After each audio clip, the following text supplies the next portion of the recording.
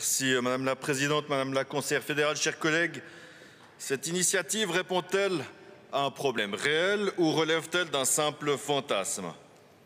À moins d'être aveugles, nous savons tous que des femmes qui sortent dans l'espace public, le visage entièrement couvert, généralement par un niqab, on en voit, même dans une petite ville comme Sion.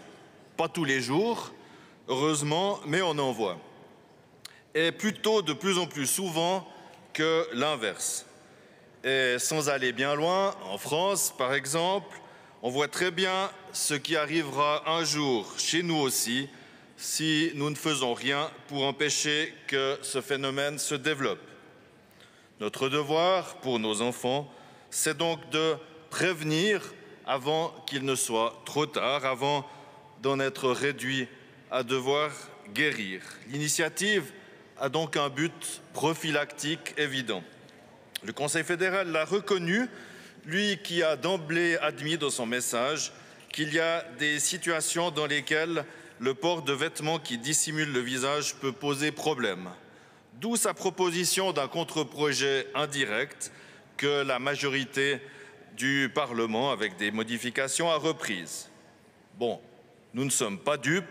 Si ce contre-projet a été conçu, c'est aussi, comme il faut bien le dire, une opération d'enfumage qui vise à torpiller cette initiative qui séduit jusque dans les rangs de la gauche, où les plus lucides ont compris que ce combat que nous menons contre la discrimination, contre ce symbole intolérable de soumission de la femme, contre cette forme de maltraitance, d'aliénation même, contre l'intolérance et contre l'obscurantisme, bref, où les plus lucides, même à gauche, ont compris que ce combat, il ne peut qu'être le leur également, à peine pour eux de se mettre en contradiction avec leurs principes de toujours.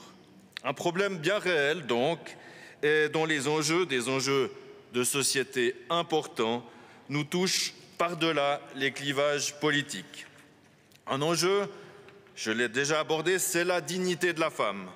3 jours après la commémoration du premier anniversaire de la grève des femmes, celles et ceux qui, parmi nous, prétendent s'engager pour la dignité ou l'égalité de la femme se retrouvent face à un défi majeur, celui de rester tout simplement cohérent avec les principes qui, dimanche dernier, ont été réaffirmés haut et fort. Un défi qui nous est lancé, c'est de ne pas laisser nos principes constitutionnels, ceux d'une société libérale, rappelés tout à l'heure par le rapporteur de langue française, instrumentalisés par des gens qui, en réalité, ont pour but de les remplacer par un autre ordre juridique étranger à nos traditions et dont nous ne voulons pas. Un autre défi qui nous est lancé, c'est aussi de défendre une civilisation dans laquelle le visage a toujours été un facteur d'identification et d'expression, de respect de l'autre aussi.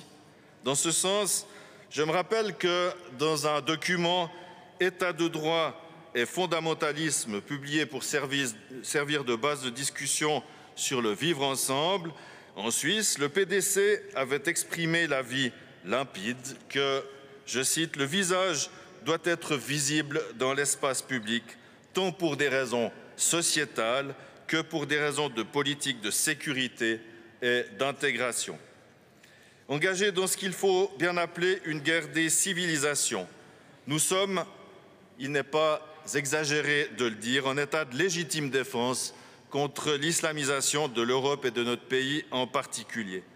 Nous le sommes contre le développement de ce qui n'est pas juste un effet vestimentaire, ni même principalement un signe religieux, mais bien un signe politique, celui de la progression de l'islam, religion politique, en terre infidèle. Plutôt qu'une loi alibi sur l'intégration qu'est, entre autres, le contre-projet, osons combattre résolument le port de ce signe ostentatoire de communautarisme et de refus d'intégration. Et n'oublions pas ce que disait en 2016 une personnalité importante du Parti socialiste. Il siège parmi nous. Je cite, « Quand la société dit ce qu'elle ne tolère pas, elle renforce les femmes qui se battent dans le cercle intime pour leur liberté. » Défenseurs de la liberté et de la dignité de la femme de tous les partis, défenseurs d'une société libérale, unissons-nous donc, refusons de marcher dans la combine du contre-projet indirect et osons dire oui à cette initiative, oui à l'interdiction de se dissimuler le visage.